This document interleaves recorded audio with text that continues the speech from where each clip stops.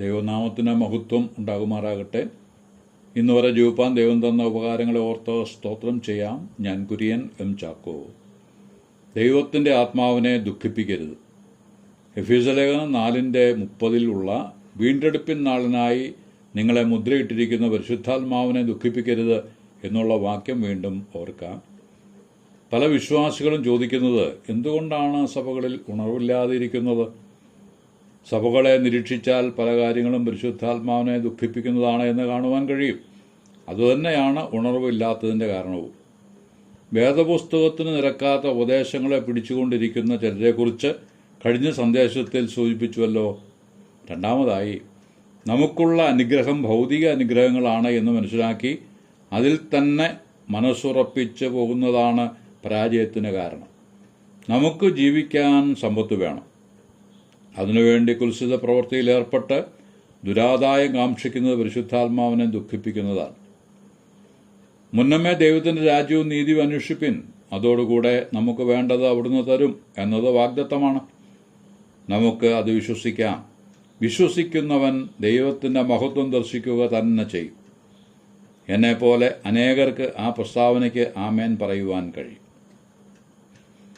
സഭകളിലെ വിഭാഗീയ ചിന്താഗതികൾ പരിശുദ്ധാത്മാവിനെ ദുഃഖിപ്പിക്കുന്ന മറ്റൊരു ഘടകമാണ്. ശരീരത്തിലെ അവയവങ്ങളോട് ആണല്ലോ വിശ്വാസികളെ ഓർമ്മിച്ചിരിക്കുന്നത്.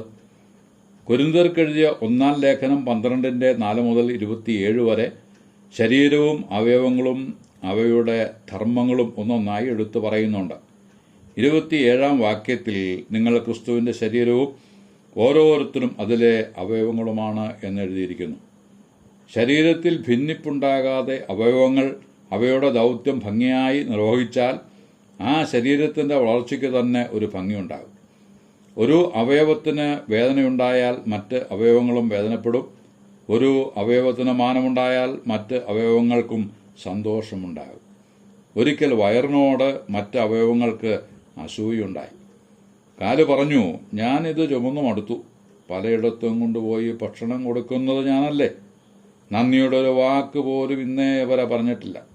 അത് കേട്ട് കണ്ണു പറഞ്ഞു, ഞാൻ കാണുന്നത് കൊണ്ടല്ലേ അതൊക്കെ ലഭിക്കുന്നത്? നന്ദി എന്നോടല്ലേ പറയേണ്ടത്? അത് ശ്രദ്ധിച്ചിരുന്ന കൈ പറഞ്ഞു, ഞാൻ എടുത്തു കൊടുക്കുന്നത് കൊണ്ടല്ലേ ഭക്ഷിപ്പാൻ കഴിയുന്നത്? എന്നോടല്ലേ നന്ദി പറയേണ്ടത്?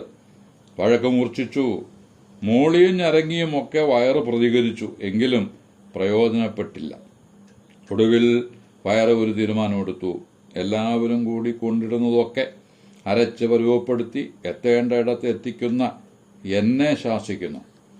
പണി നിർത്തിക്കളയാം. വയറ് പണിമുടക്കി. ആ നിലയിലുള്ളതായിരിക്കുന്ന ഒരവസ്ഥയിലേക്ക് ആ ശരീരം വന്നു. മണിക്കൂറുകൾ കഴിഞ്ഞു. കാലിനൊരു ഭാരം അനുഭവപ്പെട്ടു. നടക്കാൻ ബുദ്ധിമുട്ട്. കണ്ണ് കറങ്ങി. ഒന്നും വ്യക്തമാകുന്നില്ല. കൈ കുഴഞ്ഞു. ആകെ ഒരു പരിഭ്രമം. ശരീരം അപ്പാടെ കിടന്നുപോയി. ആ കിടപ്പിൽ അവയവങ്ങൾ പറഞ്ഞു, വേണ്ടായിരുന്നു. വെറുതെ ചിന്തിച്ച് കാട് കയറി. ഒന്നിനും വയ്യാതെയുമായി. എല്ലാവരും കൂടി വയറിനോട് മാപ്പ് പറഞ്ഞു. 2 ദിവസത്തിന് ശേഷം വയറ് പ്രവർത്തിച്ചു തുടങ്ങി. ഉല്ലാസവും സന്തോഷവും ആ ശരീരത്തിന് തിരികെ കിട്ടി. ശരീരം പൂർവാധികം ശക്തിപ്പെട്ടു. ഇവിടെ നമുക്കുള്ള ബുദ്ധിയുപദേശം കേട്ടില്ല എന്ന് നടിക്കരുത് കേട്ടോ. നാം ക്രിസ്തുവിൻ്റെ ശരീരത്തിലെ അവയവങ്ങളാകുന്നുവെന്ന് പറഞ്ഞുവല്ലോ. ശരീരത്തിൻ്റെ ഏത് അവയവമായിട്ടാണ് പരിശുദ്ധാത്മാവ് എന്നെ ആക്കി വച്ചിരിക്കുന്നത് എന്ന് എന്നിലൂടെ വെളിപ്പെടുന്ന ശുശ്രൂഷകളിലൂടെയാണ് എനിക്ക് തന്നെയും മറ്റുള്ളവർക്കും ബോധ്യമാകുന്നത്. ഓരോ വിശ്വാസിയും ഈ സത്യം മനസ്സിലാക്കിയിരിക്കേണ്ടത് അത്യന്താപേക്ഷിതമാണ്. നമുക്കുള്ള ശുശ്രൂഷ എന്ന് പറഞ്ഞാൽ ദൈവത്തിൻ്റെ ആത്മാവിന് പ്രവർത്തിക്കുവാൻ പാകത്തിന് കളമൊരുക്കി കൊടുക്കുക എന്നാണ് ഉദ്ദേശിക്കുന്നത്. നമ്മുടെ പ്രസംഗപാഠവുമോ പാണ്ഡിത്യമോ പദസമ്പത്തോ വിന്യസിപ്പിക്കുന്നത് സദസ്സിന് താല്പര്യം ജനിപ്പിക്കും എന്നത് ശരി. ദൈവത്തിൻ്റെ ആത്മാവിന് പ്രവർത്തിക്കുവാൻ പറ്റിയ ആത്മീയ അന്തരീക്ഷം രൂപപ്പെടുന്നില്ല എങ്കിൽ ആരും ചൈതന്യം പ്രാപിച്ചു എന്ന് വരില്ല. 1 കൊരിന്ത്യർ 12:4 മുതൽ കൃപാവരങ്ങളിലുള്ള വ്യത്യസ്തത കാണുന്നു. അത് വ്യക്തമാക്കുന്നതിന് വേണ്ടിയാണ് ശരീരത്തിലുള്ള വ്യത്യസ്ത അവയവങ്ങളെ കുറിച്ച് അതിൻ്റെ പ്രവർത്തനങ്ങളെക്കുറിച്ചും പറയുന്നത്. എല്ലാം അവയവങ്ങളെങ്കിലും അവയുടെ ധർമ്മങ്ങൾ പലതാണ്. ഓരോ അവയവവും തന്നെ ഭരമേൽപ്പിച്ചിരിക്കുന്ന ദൗത്യം ഭംഗിയായി നിറവേറ്റുന്നതുകൊണ്ട് ആ ശരീരം വളരേണ്ടതുപോലെ വളരുന്നു. ധന്യനായിരിക്കുന്ന പൗലോസ് അപ്പോസ്തലനിലുള്ള ദൈവജനത്തെ ഓർത്ത് പ്രാർത്ഥിക്കുമ്പോൾ 1:18 നിങ്ങളുടെ ഹൃദയദൃഷ്ടി പ്രകാശിപ്പിച്ചിട്ട് നിങ്ങളുടെ വിളിയെക്കുറിച്ചുള്ള ബോധ്യമുള്ളവരായി നിങ്ങൾ തീരണം എന്ന് ആഗ്രഹിച്ച് പ്രാർത്ഥിക്കുന്നു. പൊതുവിൽ നാം എല്ലാവരും വിളിച്ചവന്റെ സദ്ഗുണങ്ങളെ ഘോഷിപ്പാനായി വിളിച്ചു വേർതിരിക്കപ്പെട്ടവരാണ്. എന്നാൽ ശരീരത്തിലെ ഏത് അവയവമാക്കി എന്നെ വച്ചിരിക്കുന്നു എന്ന അറിവുള്ളവനായി തീർന്നാൽ ആ അവയവത്തിൽ നിക്ഷിപ്തമായിരിക്കുന്ന പ്രവൃത്തി എന്ത് എന്ന ബോധ്യത്തോടെ അത് നിറപടിയായി നിവർത്തിക്കുവാൻ കഴിയും. അങ്ങനെ ചെയ്യുമ്പോൾ ദാതാവ് തൃപ്തനാകുകയും ശരീരത്തിന്റെ ഉണർവിന് കാരണമാവുകയും ചെയ്യും. ലോകത്തിന്റെ വിനോദ ഉപാധികളെ സഭയിലേക്ക് പ്രവേശിപ്പിക്കുവാനുള്ള കൗശലമാണ് ഇന്ന് പരിശുദ്ധാത്മാവിനെ ദുഃഖിപ്പിക്കുന്ന മറ്റൊരു കാര്യം. എറണാകുളത്ത് അറിയപ്പെടുന്ന 2 സ്ഥലം സഭയിലുള്ള യുവാക്കന്മാരെ ഉണർവുള്ളവരാക്കി തീർക്കുവാൻ ഒരു മാന്യദേഹവും കൂട്ടരും ഉപദേശമായി നൽകിയത് ഇരുസഭകളും തമ്മിൽ പന്തുകളി മത്സരത്തിൽ ഏർപ്പെടുക എന്നതായിരുന്നു. പന്തുകളി നടന്നു. ആവേശോജ്വലമായ കളികൾ കാഴ്ചവെച്ചു. തുടർന്ന് ചില അപകടങ്ങളുണ്ടായി. പന്തുകളി അവസാനിച്ചു. ക്രമേണ സഭയിൽ ഭിന്നപക്ഷമായി. സഭയും വിഭജിക്കപ്പെട്ടു. മറ്റൊന്ന് കണ്ടുവരുന്നത് സഭയായി ടൂർ പ്രോഗ്രാമിനായി സമയങ്ങൾ വേർതിരിക്കുന്നതാണ്.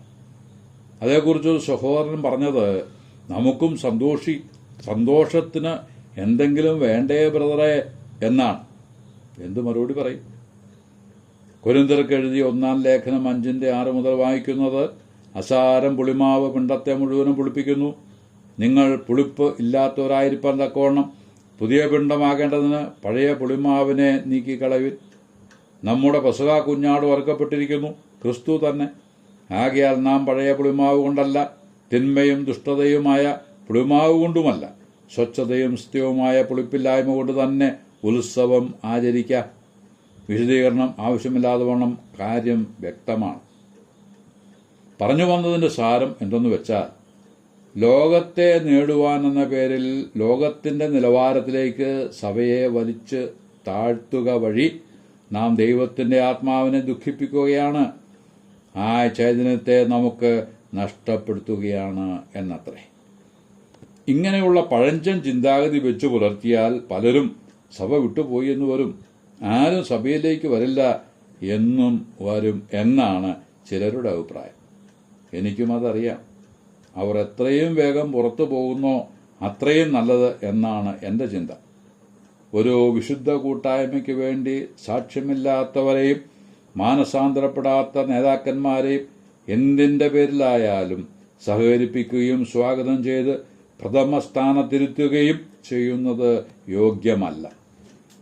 വാദ്യോപകരണങ്ങളുടെ പേരിലും വൈത്താരിയുടെ പേരിലും പലതും കണ്ടില്ല കേട്ടില്ല എന്ന് നടിച്ചതുമൂലം ആത്മീയ ഗീതങ്ങൾക്ക് പകരം റോക്ക് മ്യൂസിക് രീതിയിൽ തട്ടുതകർപ്പൻ പ്രകടനങ്ങൾ കാഴ്ചവെക്കുന്നത് പരിശുദ്ധാത്മാവിനെ സന്തോഷിപ്പിക്കാനോ ദുഃഖിപ്പിക്കാനോ? ലക്ഷങ്ങൾ മുടക്കി പ്രോഗ്രാം നന്നായിരുന്നു, ഉണ്ടാകേണ്ട ഫലം ഉണ്ടായില്ല എന്ന് മാത്രം. നാം കൃത്രിമമായി ഉണ്ടാക്കിയെടുക്കുന്ന ശക്തികളെക്കാളും ആകർഷമാക്കുവാൻ ശ്രമിക്കുന്ന ശ്രമത്തെക്കാളും വലുത് അവിടെ ചൊരിയപ്പെടുന്ന ദൈവിക ശക്തിയാണ്. ദൈവസഭയുടെ ഇന്നത്തെ ആവശ്യം താഴ്മയുടെ പൊടിയിലേക്ക് ഇറങ്ങിയിരിക്കുന്നതും തങ്ങളുടെ പാപങ്ങളെ അനുദപിച്ച് ഏറ്റുപറയുന്നതുമാണ്. ലോകത്തിൽ നിന്ന് വേർപെട്ട ഒരു അവസ്ഥാവിശേഷം ആണത്. ഈ ബോധ്യത്തിലേക്ക് നമ്മെ നടത്തിയ പരിശുദ്ധാത്മാവിന് സ്തോത്രം. തുടർന്നുള്ള പാഠങ്ങൾ നമുക്ക് അനുഗ്രഹമാക്കി തീർക്കുവാൻ കർത്താവ് നമ്മെ സഹായിക്കട്ടെ എന്ന് ആശംസിച്ച് വാക്കുകൾക്ക് പൂർണ്ണവിരാമം കുറിക്കുന്നു.